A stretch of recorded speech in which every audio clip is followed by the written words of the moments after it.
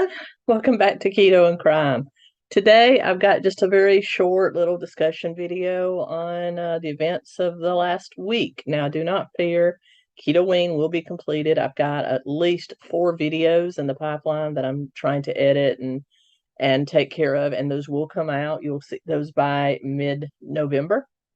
So I will finish all the Keto Wing content. I do apologize for my lateness in completing Keto Wing, as I took on something that I never thought I would do. Y'all, on October 28th, it's just this last weekend, I completed my very first half marathon. I had only been training for it for a month, so a lot of my time was taken up training for this. And I did not run it, I did not trot it, I did not jog it, I walked it. And I had a minimum completion time that I had to get to of less than 4 hours to actually qualify as a finisher. And I was able to do that. I came in by the hair of my chinny chin, y'all. I came in at 3 hours, 59 minutes, and my wife says 19 seconds. And after looking at the footage, it was 19 seconds, even though I had earlier posted 45 seconds. But whatever, I made it by with seconds to spare. So thought I'd talk a little bit about that, my experiences, the highs, the lows. Now, like I said, I'm not an experienced runner. I used to be a runner. I used to do 5Ks and 10Ks all the time, at least 3 a month. I used to do those, but I got out of it. I gained a bunch of weight. I got up to almost 400 pounds, and when you're that size, you really don't move much at all. But since then, as you all well know, I have been on a calorie counting and walking the weight off type of weight loss challenge journey. I'm now under 250 pounds. I still have about 80 pounds to go before I hit my goal, but I'm getting there. And this was just one of those non-scale victories that you often hear about that I wanted to do. I didn't even realize they allowed walkers into it. I figured you had to at least jog it or trot it. But no, they don't allow walkers in the marathon, because I don't know how you could walk fast enough to complete the marathon within the 6 hours you have to complete it. But they do allow it in the half marathon, as long as you can stay at an 18-minute mile pace, which is coming in right at 4 hours or less. And I came in at like 17 minutes and a few odd seconds on my pace. But I thought I would talk about it, my training, what I did. I did not film any of it because I should have. I did film some of the marathon, half marathon, which you'll see, but I don't feel comfortable showing my full body on camera. I know that's weird for somebody that has talked about her weight loss journey on her channel, but I really don't feel comfortable with full body shots and things like that, because I'm still big. I'm still very big. You can see in the pictures from the marathon, my butt should have its own zip code. And I just am that's how I'm built. I've just always been bigger in the thighs, birthing hips, as my mother would say. I've always just been that way. So I'm always self-conscious of it. That's the reason I wear t-shirts that cover my hips and things like that. It's just something that I'm not comfortable with. So I didn't film a whole lot of my training. I should have, but what I had started doing, remember way back when I did that 20,000 steps a day challenge not last summer, but the summer before last, I said that that type of pace was not sustainable in the normal life. And guess what? It's still not sustainable. But that's how I went about training for this half marathon. When I made the decision at the end of September to attempt this, and I registered for it, I realized that I had to kick my training into high gear, because I was still doing my 13 to 15,000 steps a day. It's just exercise and a way to lose weight and maintain my health. So I did kick it up to where I was doing 20,000 steps a day for that. And I was working out 2 hours in the morning and then getting the rest of the steps in throughout the day. I added a lot more, as you can imagine, outdoor walking to my indoor walking on the treadmill or just walking in front of the TV. I started doing a long walk every Saturday. Every Saturday, I would try to go a few miles more. And I live in a neighborhood with a lot of hills. You've seen me film in that video. There's Huff and Puff Hill. There's another even bigger hill that's on another street, just one street over, and I added to that. So I've just put on my headphones. I got new walking shoes to try to break in, and I just hit it every day and every Saturday. Especially every Saturday, I was walking that long walk, and I started out with 5 miles at a time, then got up to 7 miles at a time, and then I was going 10, 11 miles on my long walk. And of course, a half marathon is 13.1, so I figured, okay, I'm just about there. And I was doing a combination walk trot training. I would walk the flats and the downhills with the longest stride I could, and then I would trot, which is somewhere between a fast walk and a jog. It's probably still a walk for most of my viewers.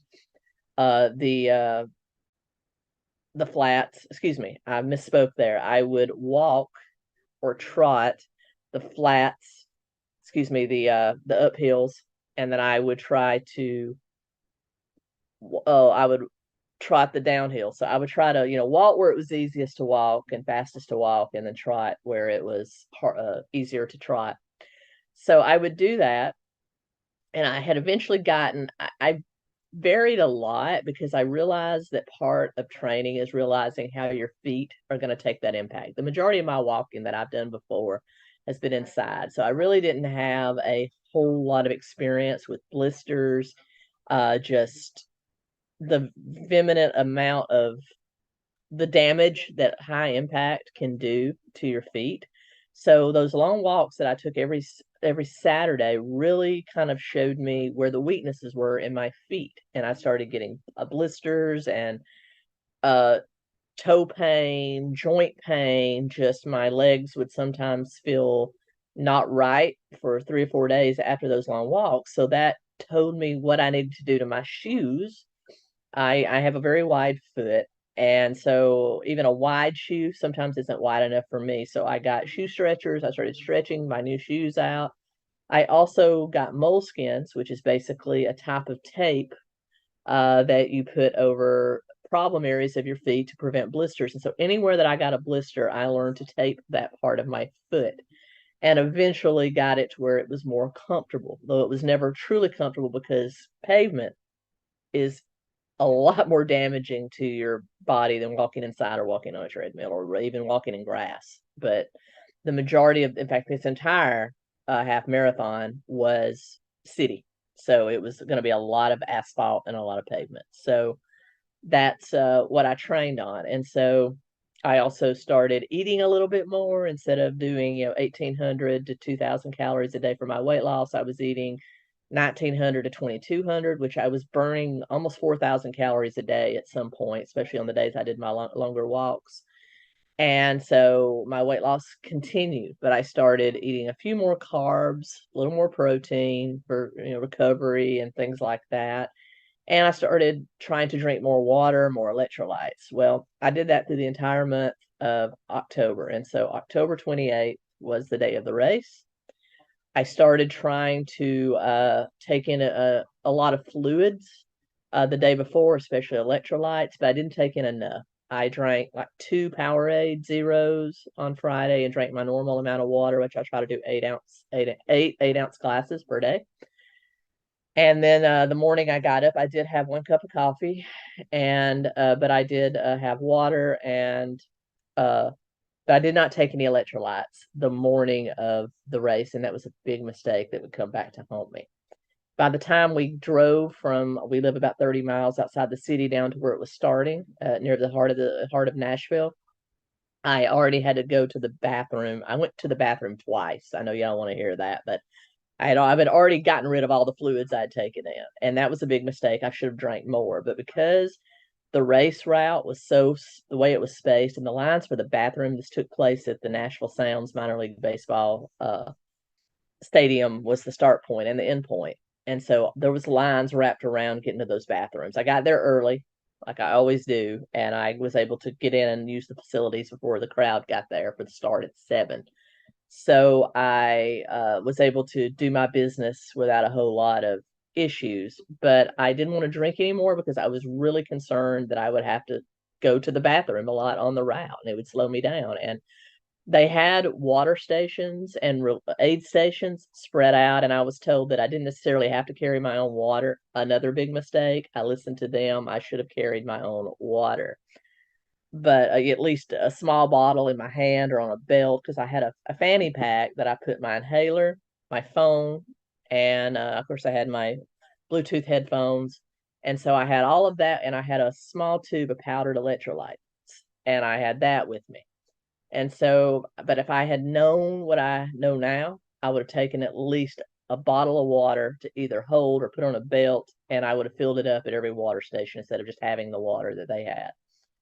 And so the race started, the 5K started at 7, and then the half marathon and marathon started at 7:15 Central Standard Time. Now, when you start, you have to fall in. Me being a walker, I had to fall into the very last of the pack.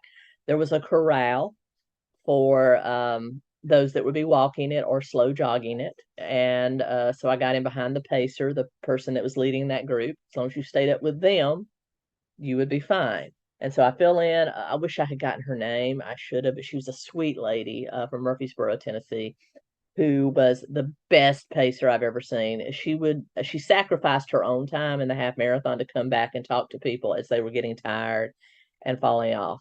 So the race begins, and I underestimated how much water I would actually need. And so I was going to depend on the water stations. So they told me they would be plenty. There was only 4 of them, and y'all, they were spread out every 4 or 5 miles. And this, even though this is October, weather in Tennessee is all over the place in October. It should have been more like 50, 60 degrees, which would not have been a big thing, but it got up to the mid 80s before the end of this thing, and I was sweating profusely. But the first 4 miles of the half marathon, and people were so supportive. I got so many high fives. It was a big route. The marathoners went around it twice. The half marathoners went around it once around the city. I got so many high fives and cheers from marathoners that were running a 5-minute pace, but they took the time to, the 5-minute mile pace, took the time to celebrate, my fat butt walking it. And so I was out near the head of the, in fact, for a long time, I was leading even our pacer at my gate. I was just going. I felt good. And then I hit a couple of big hills, and I got to the first water station, which was near Belmont University. And I took 2 cups of water. I drank them both, and I continued on.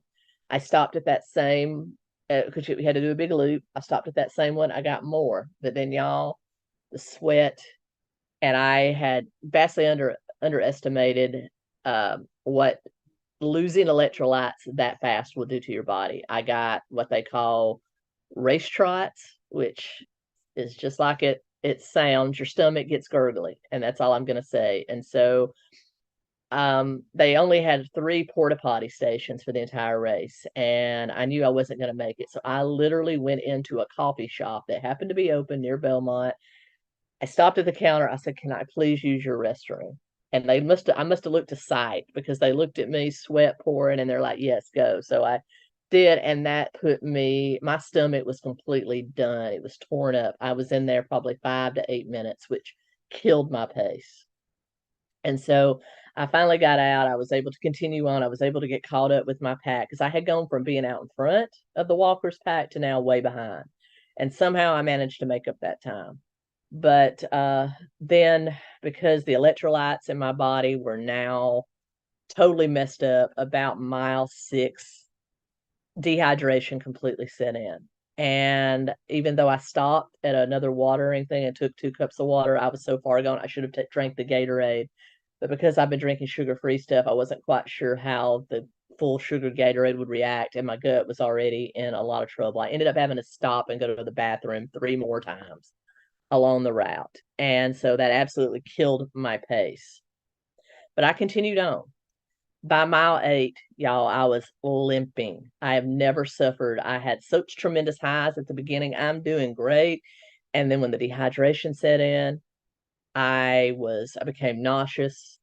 I was barely, my muscles almost locked up. And this time I had to go, we went over what was known as the East Nashville Bridge. It's a huge incline, and came back down, and we were heading towards Shelby Park, which is a public park in East Nashville area. And by the time I got there to the 8 mile mark, I was limping. I mean, I was barely moving. Immediately, one of the ladies from an aid station came out and sat me down. She's like an old Southern grandma. She sat me down.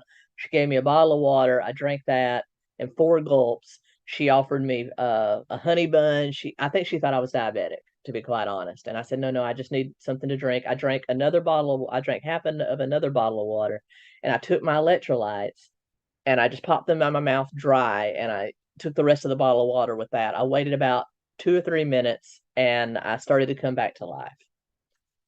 The pacer of my group even stopped and said, "I'm worried about you. I think you're going to fall out." I'm like, "No, I'll be fine. Just, I made a couple of mistakes about my hydration, but let me finish this." And so I got up and I started to do the last 5.1 miles of it. And there was the pace car for the race people stayed right behind me the whole time. I mean, I can't talk about how nice Run Nash is. They are the ones that put this on every year. And the pace car stayed right behind me.